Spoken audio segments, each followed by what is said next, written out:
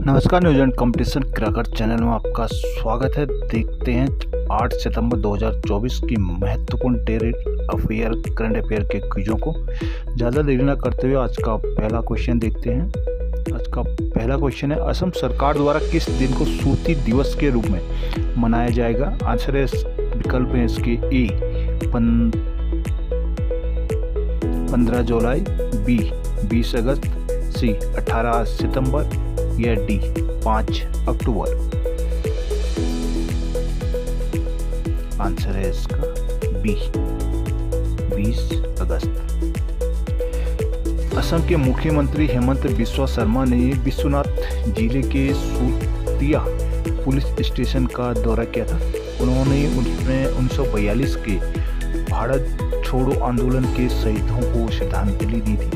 उन्होंने वहीं पर घोषणा की कि 20 अगस्त को सूतिया दिवस के रूप में मनाया जाएगा। शर्मा ने साइट पर एक विरासत स्मारक बनाने की योजना का खुलासा किया है। इस परियोजना के लिए उन्होंने 5 करोड़ रुपए का आवंटन भी किया है। अगला क्वेश्चन, हाल ही में पहला अंतर्राष्ट्रीय सौर महोत्सव कहाँ आयोजित किया गया था?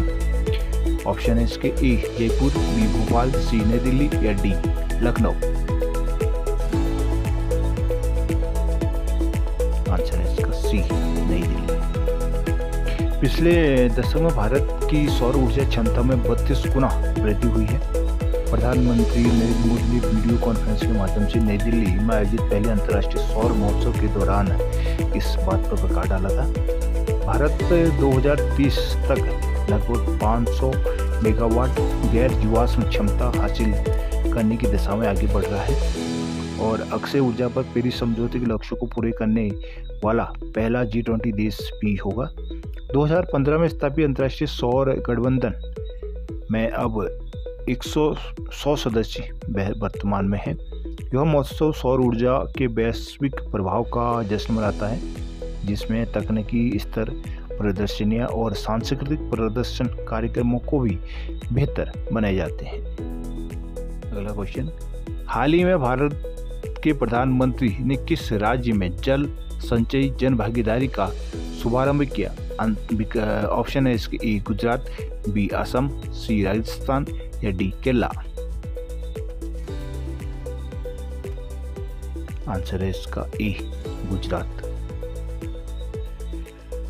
प्रधानमंत्री नरेंद्र मोदी ने वीडियो कॉन्फ्रेंसिंग के जरिए गुजरात के सूरत में जल संचय जन भागीदारी पहल की शुरुआत की है। इस कार्यक्रम में जल स्थिरता को बढ़ाने के लिए लगभग 24,800 वर्षा जल संचयन संरचनाओं का निर्माण शामिल है।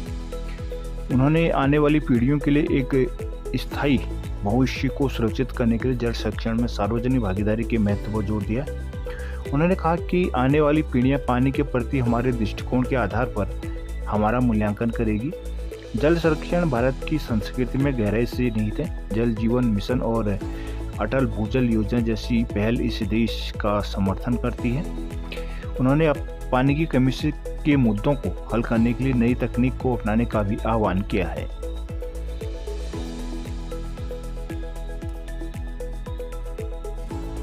अगला क्वेश्चन देखते हैं, पेरिस पहला ओलंपिक 2024 में जूडो में पदक जीतने वाले पहले भारतीय बनकर किसने इतिहास रचा है? ऑप्शन है इसका सकीना खातून, बी सचिन सिन्हा, सी कपिल परमार या डी परमजीत कुमार। आंसर है इसका सी कपिल परमार। कपिल परमार ने पैरा जूडो पुरुषों की G1660 किलोग्राम स्पर्धा में पेरिस पैरा ओलंपिक 2024 में कांस्य पदक जीता है। उन्होंने ब्राजील के एलिटन डी ओलिवेरा को इप्पॉन के माध्यम से 10-0 से हराया, जो जूडो में भारत का पहला पैरा ओलंपिक पदक था। परमार ने इससे पहले 2022 एशियाई खेलों में भी रजत पदक जीता था। उन्होंने क्वार्टर फाइनल में वेनेजुएला के मार्को डेनिस ब्लैंको के खिलाफ भी 10-0 से जीत हासिल की थी। मामूली उल्लंघन के लिए पीले कार्ड प्राप्त करने के बाद परमार ने इस स्पर्धा में उत्कृष्ट प्रदर्शन किया है।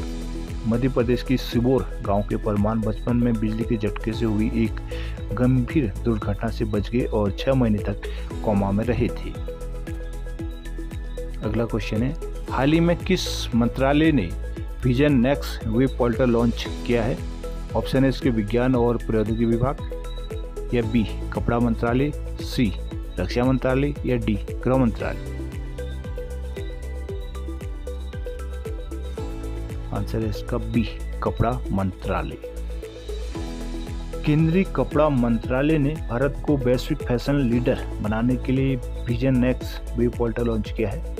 यह पोर्टल वास्तविक समय में भारत विशिष्ट फैशन प्रवृत्ति की जानकारी प्रदान करेगा, जिससे विदेशी पूर्वानुमान एजेंसियों पर निर्भरता कम होगी। इसे केंद्रीय मंत्री गिरिराज सिंह ने 5 सितंबर 2024 को नई दिल्ली में लॉन्च किया। इस कार्यक्रम में भारत विशिष्ट फैशन ट्रेंड बुक परिधि 24/25 का भी अनावरण किया गया। विजन नेक्स्ट पोर्टल को राष्ट्रीय फैशन प्रौद्योगिकी संस्थान NINIFT द्वारा विकसित किया गया है। निफ्ट चेन्नई में स्थित विजन नेक्स्ट भारतीय फैशन रुझानों की व्याख्या करने के लिए डीप विजन नामक एक भविष्यवाणी मॉडल के साथ AI और भावनात्मक बुद्धिमत्ता का उपयोग करता है।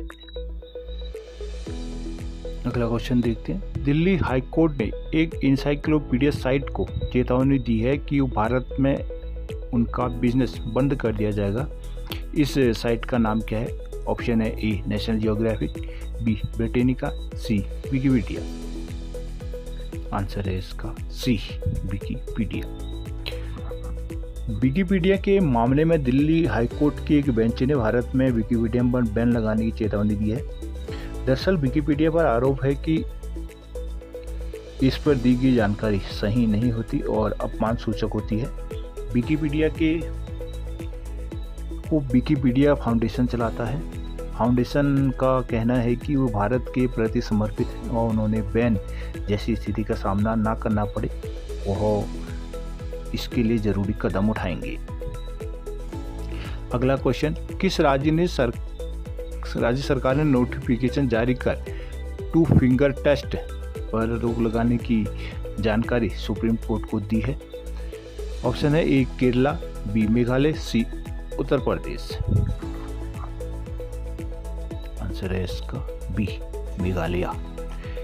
मेघालय सरकार ने अहम फैसले में कदम उठाते हुए आक्रामक और वैज्ञानिक रूप से बदनाम इन 2 फिंगर टेस्ट पर आधिकारिक रूप से प्रतिबंध लगा दिया है। यह निर्णय मई 2024 में जारी किए गए सुप्रीम कोर्ट के निर्देश के जवाब में आया है। अगला क्वेश्चन, डिजी यात्रा से अब तक भारत के कितने एयरपोर्ट जुड़ चुके हैं? ऑप्शन है उसका ए 15, बी 20, सी 24। आंसर है इसका सी 24। केंद्र सरकार के डिजी यात्रा की सुविधा को 9 और हवाई अड्डों पर विस्तार करने का फैसला केंद्र सरकार के उड्डयन विभाग द्वारा किया गया है। कोशिश है कि डिजी यात्रा की सुविधा को देश के सभी महत्वपूर्ण हवाई अड्डों पर विस्तारित किया जाए। इसी क्रम में सितंबर 2024 से बिहार की राजधानी पटना, झारखंड की राजधानी रांची, छत्तीसगढ़ की राजधानी रायपुर और मध्य प्रदेश के इंदौर समेत 9 और हवाई अड्डों पर डिजी यात्रा की सुविधा दी जा रही है। अगला क्वेश्चन है, टाइम्स मैगजीन की AI के सबसे प्रभावशाली लोगों की सूची में किस केंद्रीय मंत्री को शामिल किया गया है? ऑप्शन है इसके निर्मला सीतारमण, बी एस जयशंकर, सी अश्विनी वैष्णव, या डी ज्योतिरादित्य।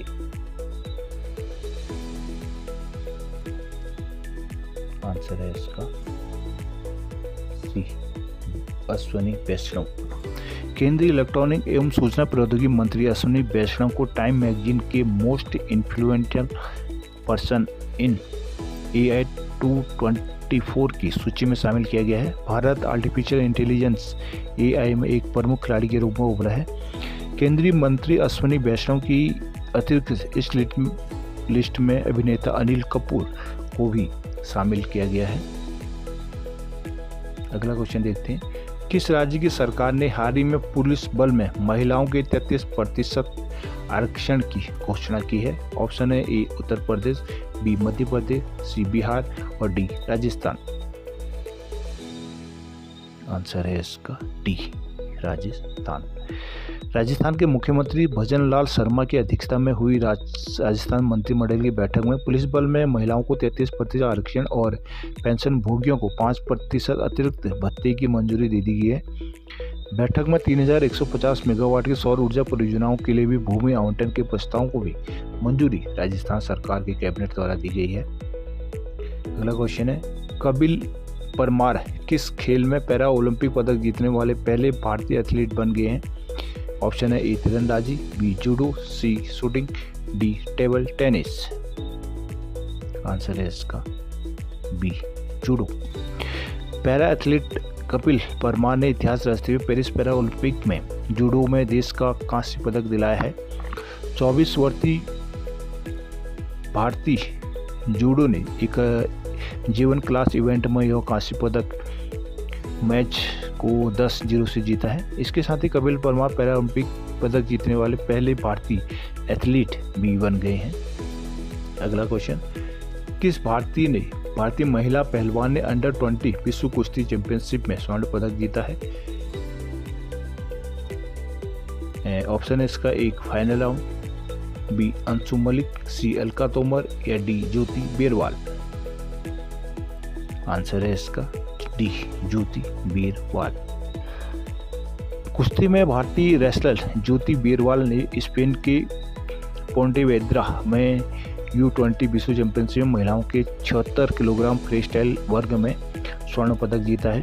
ज्योति ने फाइनल में यूक्रेन की मारिया ओरलेविच को एक भी अंक हासिल करने का मौका दिए बिना यह मैच जीता है। अगला क्वेश्चन, सामाजिक परिवर्तनों के लिए प्रणालियों को मजबूत करने के उद्देश्य से पंचायती राज मंत्रालय किसके साथ एक समझौते पर हस्ताक्षर किए हैं? ऑप्शन है ए नीति आयोग, बी विश्व बैंक, सी यूनिसेफ इंडिया या डी यूनेस्को। आंसर है इसका सी यूनिसेफ इंडिया। पंचायती राज मंत्रालय और यूनिसेफ इंडिया ने सामाजिक परिवर्तन के लिए प्रणाली को मजबूत करने और समुदायों को शामिल करने पर सहयोग करने के लिए एक आश्रय पत्र LOI पर हस्ताक्षर किए हैं।